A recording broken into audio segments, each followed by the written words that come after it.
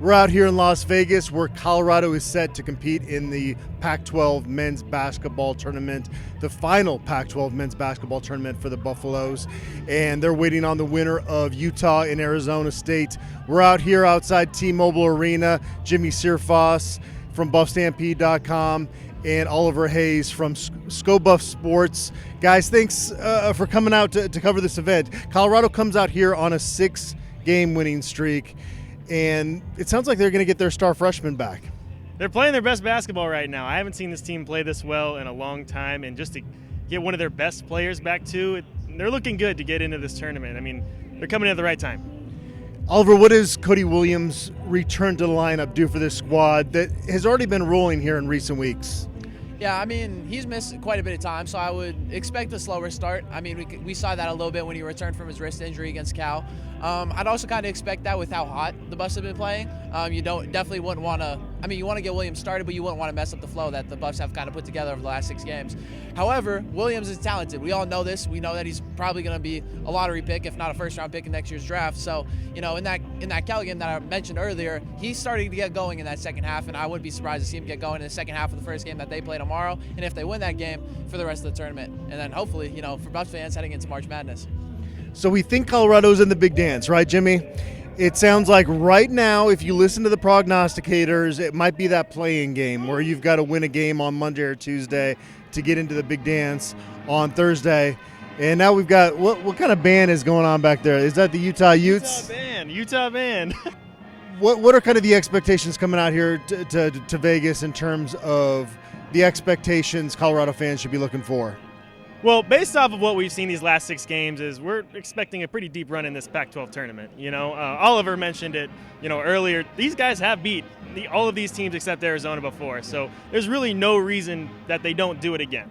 So I would expect at a minimum 2 to 3 more wins on the season through these Pac-12 tournament games. Arizona is the favorite going into this tournament, but Colorado and Washington State are right there. What should CU fans be expecting out of this tournament? I mean, definitely you don't want to overlook a game, but with Utah or Arizona State being in that first matchup, Colorado has beaten both of these teams in this 6-game winning streak. So, you know, they have the momentum in comparison to those 2 teams. So I think tomorrow will go fairly easy. The next 2 games will be a little bit harder, you know, as tournaments go.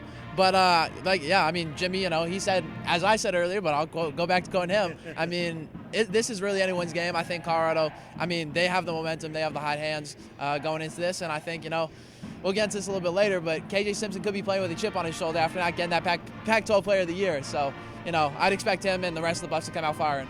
Yeah, Caleb Love for Arizona wins that award. Not as efficient, though, as KJ Simpson this season. Now, Arizona did finish with a better record as a team, so it makes sense that more eyeballs were on him throughout the season. What was your takeaway from KJ Simpson not winning Pac-12 Player of the Year? Yeah, I mean, it's always hard. I feel like in any level of basketball when it comes to who's the best player award, it's going to be tough between the guy who puts up the best numbers and the best player on the best team. But when you look at KJ, you see the circumstances that he had to deal with, and the Buffs still finishing in the top 3 of this Pac-12 conference, only 2 wins behind Arizona. And you look at Arizona, who only had 1 game all year where they had started that wasn't healthy.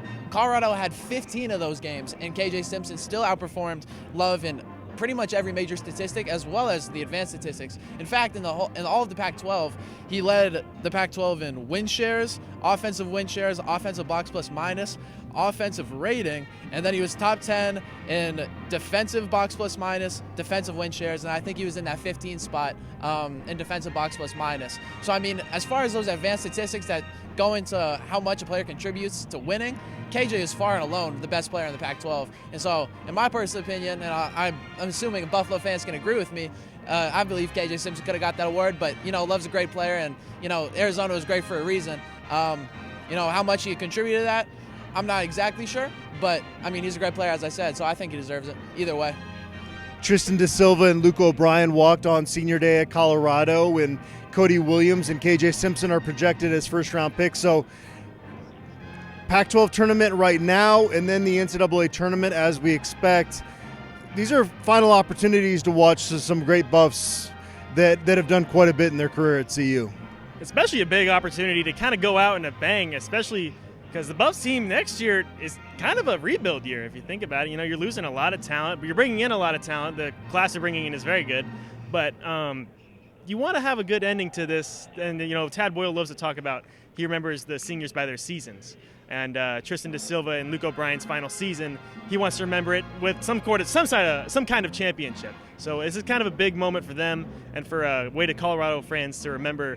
Remember when we had 3 potential draft picks, and, you know, we did all of this? You don't want to remember it as just we had all these draft picks. We want to remember we had these draft picks and won a championship in some kind of way, or went deep in the NCAA tournament. So big opportunity for the Buffs to make some history. The Utah band is bringing it over here, so we'll see if it's Utah or Arizona State. As we record this, it's prior to finding out who Colorado is going to play in that quarterfinal matchup, but we'll be back with more analysis after tomorrow night's game.